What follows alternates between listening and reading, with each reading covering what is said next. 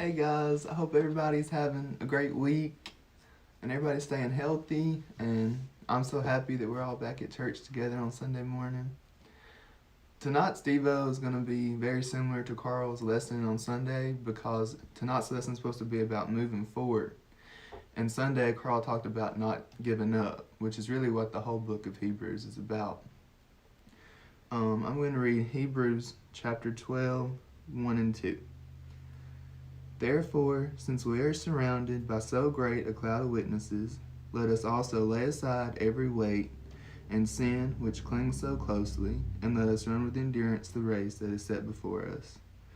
Looking to Jesus, the founder and perfecter of our faith, who for the joy that was set before him endured the cross, despising the shame, and is seated at the right hand of the throne of God. So imagine that you're in a boxing ring or a softball game or a football game or a cross-country race, whatever it is you like to do, and you're completely out of breath and you're exhausted and tired and it's hot, but then you look around and there's a big crowd of people cheering you on. For some reason, when people are watching you and wanting you to succeed, it makes it so much easier for you to keep going. I know it's hard to believe, but there are people from 2 to 90 watching every move you make, and they're wanting the best for you. There are younger people that are watching you as you go through life, and they're learning from the things that you do, and everybody else is supporting you and being there for you no matter how many times you mess up or what you need. We know that Hebrews was written for new Christians, and they were setting the example for generations to follow. In here it says, lay aside every weight and sin that clings so closely. Sometimes that weight can be a friend that isn't good for you or sin that you can't forgive yourself for. We all have things that are holding us back from living the best life we can. One time somebody used an illustration that thoughts are like birds, and when a bad thought lands on your head, you got to shoo it away. When negative thoughts or doubt or things that we can't forgive ourselves for, we have to shoo that thought away. We have to get rid of it. Whenever we're going through a tough time, whenever you're facing struggles and temptations, you got to look at how people before you handled it and how Jesus would have handled it. The Bible is full of lessons and stories about people facing conflict and the ways they handled it.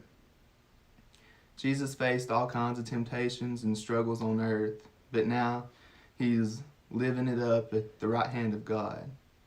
We've got to keep the finish line in sight because it's what keeps you driven. I'm a very competitive person and I'm always thinking about the finish line. If you keep the reward and the trophy on your mind, and then nothing else is even a little important, no obstacle in the race is going to keep you from getting to the finish line. I'm going to read verses 12 through 15 of chapter 12. Therefore, lift your drooping hands and strengthen your weak knees, and make straight paths for your feet, so that what is lame may not be put out of joint, but rather be healed. Strive for peace with everyone, and for the holiness without which no one will see the Lord. See to it that no one fails to obtain the grace of God, that no root of bitterness springs up and causes trouble, and by it many become defiled.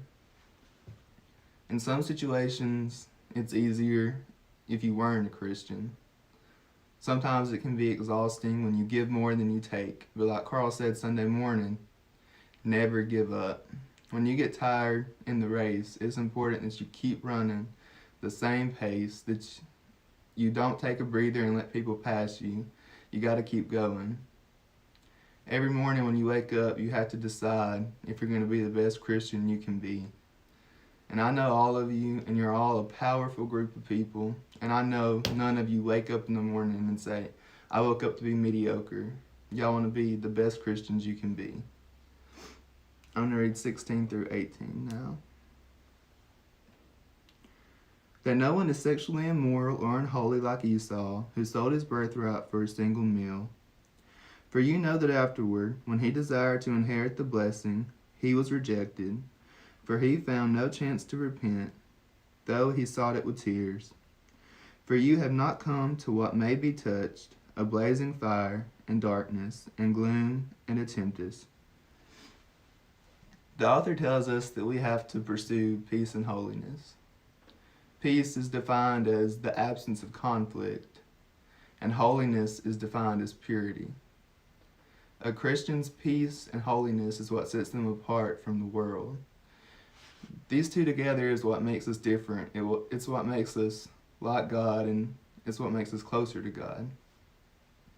If we fail to obtain grace and holiness, it says that we fall short of the grace of God. It would be like if you stopped in the middle of the race. It goes on to talk about Esau and how he traded his inheritance for a meal. And we're like, why on earth would somebody do such a thing? But sin is our meal and heaven is our inheritance. We have to be careful that we don't trade heaven for sin. If your mom was making your favorite dessert, you wouldn't go and eat something else because you had to have something right then. You'd wait until it was done. And that's what our lives as Christians are. We're waiting for the dessert to get done. I'm going to read verses 19 through 21. And the sound of a trumpet, and a voice whose words made the hearers beg that no further messages be spoken to them, for they could not endure the order that was given. If even a beast touches the mountains, it shall be stoned. The author is comparing Mount Sinai with Mount Zion, which is the Temple Mountain in Jerusalem. But here it's symbolic of God's blessing. I'm sure that Mount Sinai was a very scary place. Moses wasn't even scared of Pharaoh, but he was terrified of the sight of God. And there was tons of thunder and smoke, and I'm sure God's voice is unlike anything we ever heard. I'm going to read 22 through 24. But ye have come to Mount Zion, and to the city of the living God, the heavenly Jerusalem, and to innumerable angels in festal gathering, and to the assembly of the firstborn who are enrolled in heaven, and to God, the judge of all, and to the spirits of the righteous made perfect, and to Jesus, the mediator of a new covenant, and to the sprinkled blood that speaks a better word than the blood of Abel. We don't have to be scared because Jesus died for us. We have to keep our eyes on the finish line and keep going and never give up. So I hope this gave you some encouragement and you all have a great